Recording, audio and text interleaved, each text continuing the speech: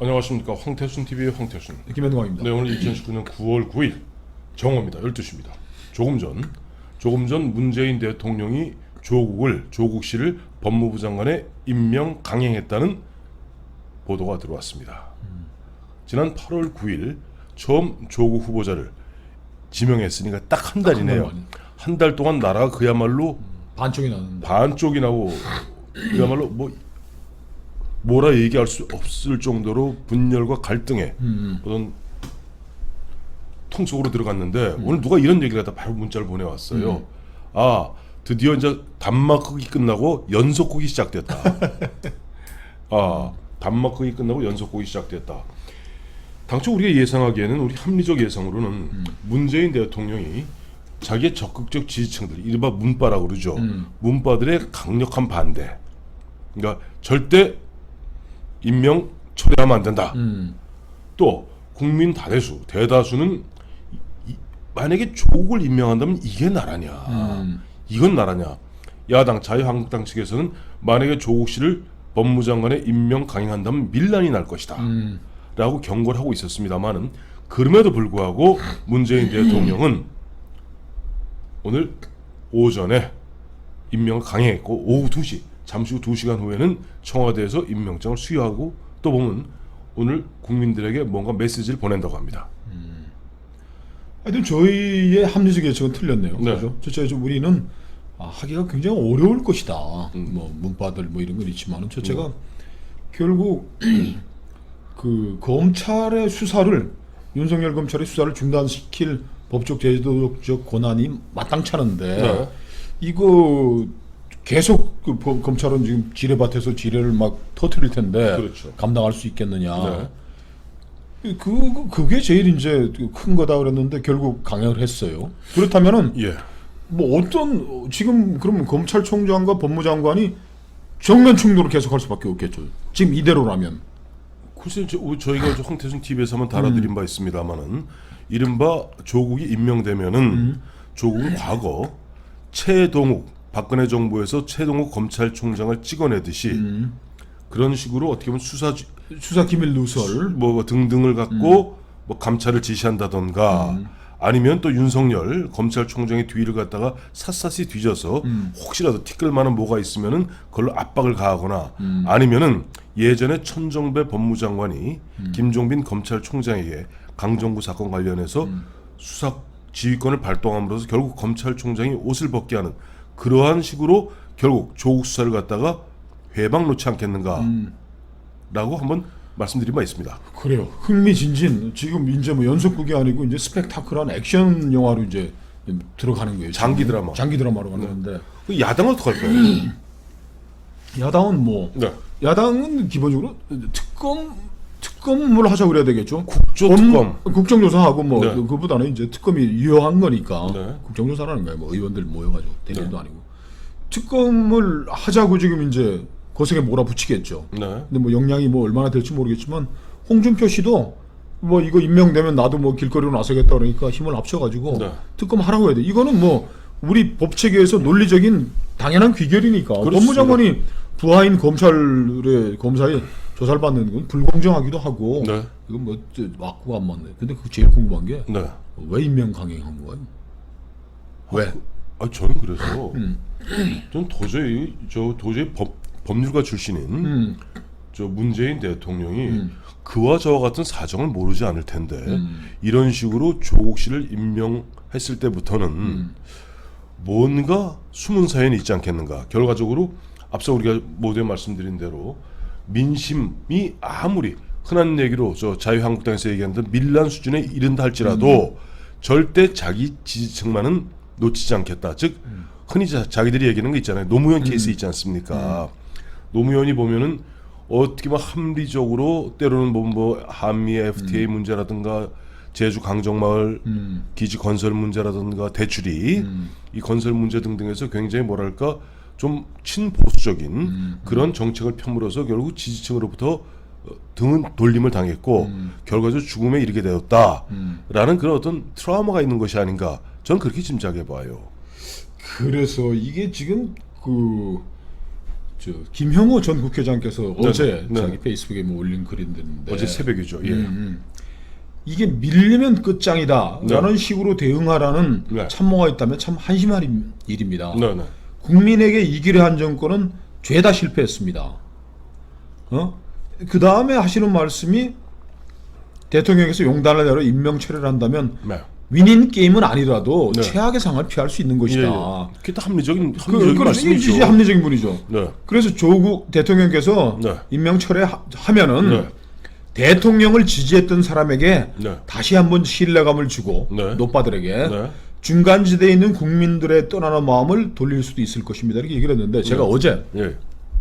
강남에서 그 작은 사업을 하는 친구를 만나서 정치판에 있는 친구가 아니고 네네. 그래서 어제도 뭐 저녁 먹는 자리에서 맥주 한잔 하면서 당신은 어떻게 될 거냐 그랬더니 이 친구가 부산 상고 나와가지고 노무현 그 노빠의 아주 핵심으로 활동했던 친구예요. 노사모군요. 노사모. 네네. 노사모고 뭐 지금도 뭐 문빠인데 네. 노빠보다는 약하지만 그냥 문빠예요. 네. 그래서 당신은 어떻게 내일 임명 하나 안 해요? 그랬더니 아이고 형님 그거 당연히 임명하지 그걸 임명 안 하면 제가 그래요. 야 그래도 지금 검찰 수사가 지금 진행이 되고 있고 네. 야 노빠들이라는 사람들도 그 뭐 막무가내는 아닐 텐데 네, 네. 그거 뭐 대통령이 뭐 어려운 그 검찰 수사를 막을 수 없는 어려운 상황에서 네. 그 뭐 슬그머니 뭐 있는 놈 쫓아내는 것도 아니고 임명하려도 안 한 거였는데 네. 어떻게 임명을 하냐 그랬더니 저는 역시 생전 젊은 친구들한테 물어봐야 돼요. 이 네. 친구 이제 뭐 40 나이 이제 40 겨우 된 젊은 친구인데 네. 아니 선배님 그게 그런 식으로 이렇게 그 노빠라는 게 네. 그냥 이렇게 뭐 통념적으로 구분되는 게 아니고 매일 인터넷 전쟁판에서 네. 이 전투를 지휘하고 있다는 게 노빠 한 100명도 안 되는 사람들이 노빠 그 핵심 중대장들이 한 100명쯤 된답니다. 예, 예. 백인대장이구만. 백인대장이죠. 네. 중대장들은 100인쯤 되는데 네. 이 그 지난 한 달 동안에 조국을 지키기 위해서 네.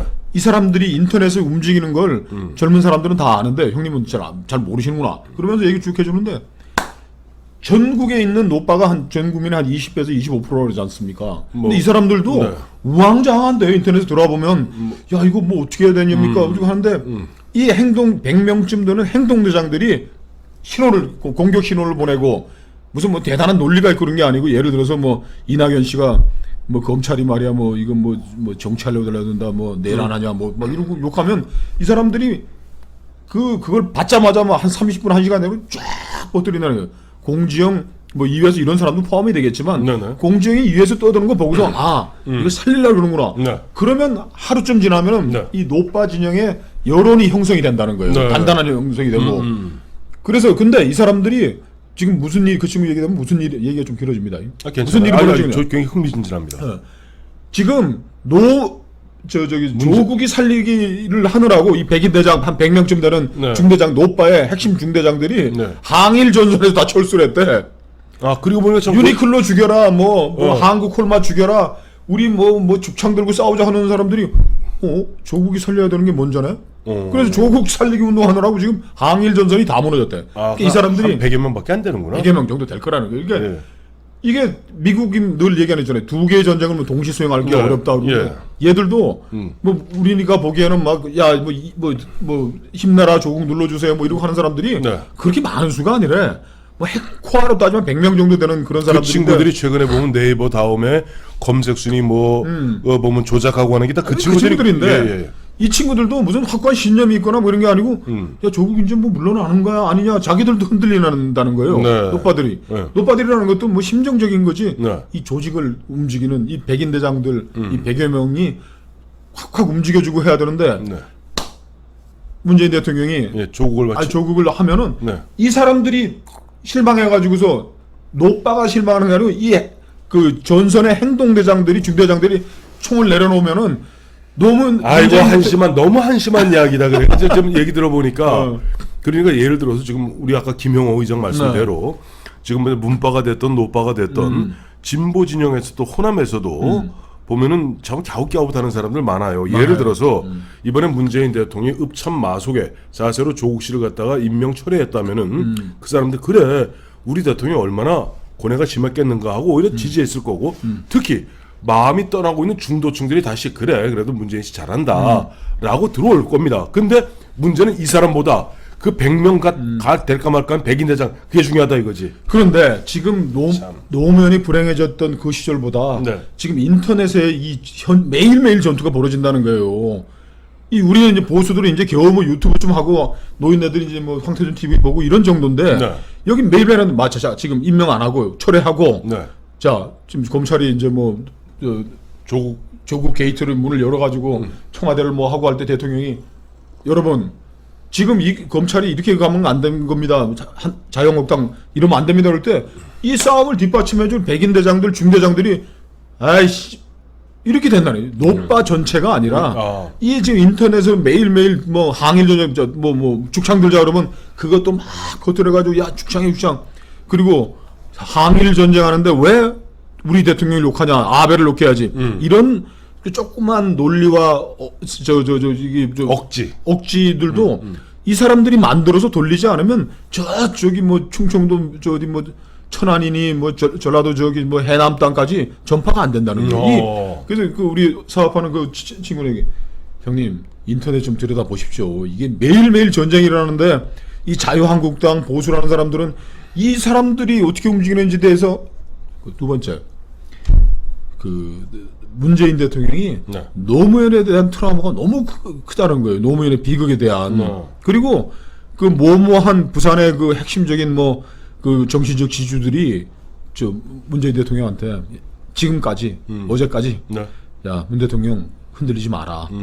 너 지금 그 조국이 후계자 지명한다고 지금 다 알려져 있는 판에 네. 그거 깨지고 해가지고 네가 지금 노무현 꼬라지 안 난다고 너 어떻게 장담하나? 지금 지금 구상해가지고 지금 얼마나 또 차곡차곡 여기 백인대장 100명쯤 되는 건데 무슨 미터에서 뭐 200m에서 뭐 조사 결과 나오면은 이게 뭐 요동을 치잖아요. 3, 4일마다 사람 마음이 이렇게 요동을 치는지 모르겠지만 뭐 동양대가 어쩌고 해서 뭐 떨어졌다 붙었다.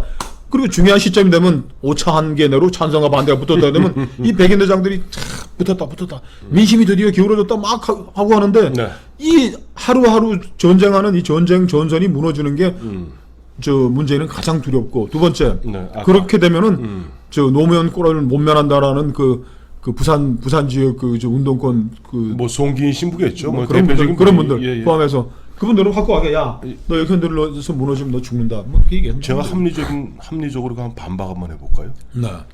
우선 네이버 저희 지난번 황태준 TV에서 말씀드렸습니다만 저도 뭐 저 같은 경우 다음을 쓰고 우리 김영환 실장은 검색 포탈을 갖다가 네이버를 씁니다. 구글도 쓰고. 근데 문제는 다음 쓰고 네이버 쓰면서 나는 검색 순위 보고 그냥 그런가 보다 하지 거기에 환장하지 않아요. 근데 아마 요즘 20, 30대, 30, 40대는 나는 주관이 없는 나는 낙지 같은 놈이니까 남들이 그렇게 하면 다 따라가는 모양이죠. 그렇죠. 그러니까 국민을 개 돼지 취급하는 겁니다. 둘째, 아까 보면 뭐 이른바 부산에 있는 모모한 사람들이 문재인 대통령에게 밀리면 죽는다. 너 밀리면 죽는다. 노무현 꼴 나고 싶느냐라고 얘기했다는데 저는 되묻고 싶습니다.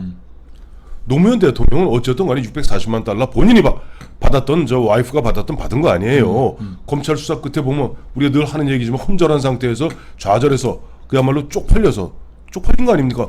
문재인 대통령 스타일로 봐갖고 그 돈 받아서 딱딱 동지들한테 풀었으면 당당하죠. 당당하죠. 잡아놓으라. 근데 와이프가 이게 창피한 거 아닙니까? 어쨌든 그 노무현 그런 식으로 갖다 역사를 왜곡하시면 안 됩니다. 나는 지금 문재인 대통령이 조국을 지키겠다, 조국을 갖다 부통령 삼겠다는 것은 마치 1960년 3.15 부정선거 때 이승만 대통령의 모습을 보는 것 같아요. 사실 3.15 부정선거 때는 이승만 대통령을 할 이유가 없어. 혼자 출마했는데 뭐 조병옥 씨가 중간에 돌아가시는 바람에 그 단독 출마예요. 조병 이제 이기붕이 부통령 시키겠다고 부정선거를 하다가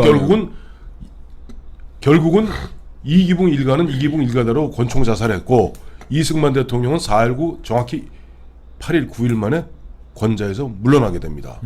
왜? 그래서 우리가 국민을 이기는 정부가 없고 국민을 이기는 권력이 없다는 겁니다. 노무현 꼴 피하려다 이승만 꼴을 당한. 그렇죠. 그러니까 노무현은 그래도 노무현 대통령은 임기는 맞추고 보면은 퇴임했지만은 이승만 대통령은 하야 당했어요. 저는 문재인 대통령한테 또 드리는 합리적인 예. 고언을 하나 드리자면은 네. 문 대통령은 지금 자기가 지금까지 해온 실정 때문에 국민들에게 버림을 받지 네. 조국은 사실 작은 에피소드에 불과한 거죠. 그렇죠. 한일 경제 전쟁이 지금 벌어지고 있는 지가 지금 한 달 훌쩍 한 달이 넘겼는데 뭐예요 지금? 무슨 거기에 대해서 대통령이 점검회의 한 적이 있습니까? 이걸 해결하기 위한 해결 방안을 고심한 적이 있습니까? 이거 이렇게 경제는 점점 나빠지고 북한. 한미 군사동맹은 개판되고 깨지고. 오로지 11월 달에 김정은이 부산 불러가지고 아세안에 와서 북한이 살 길을 김정은이 그런 오지랖 넓은 소대가리 웃을 짓 하지 말라고 그러는데 이거 이 국정의 난맥 혼돈 이 추락상을 어떻게 막을 지 생각을 해야지. 저 조국이하고 정말 쇼쇼쇼 하듯이 둘이 붙잡고 끌어안고 죽으면 이 나라는 어떡합니까? 안타까운 일입니다.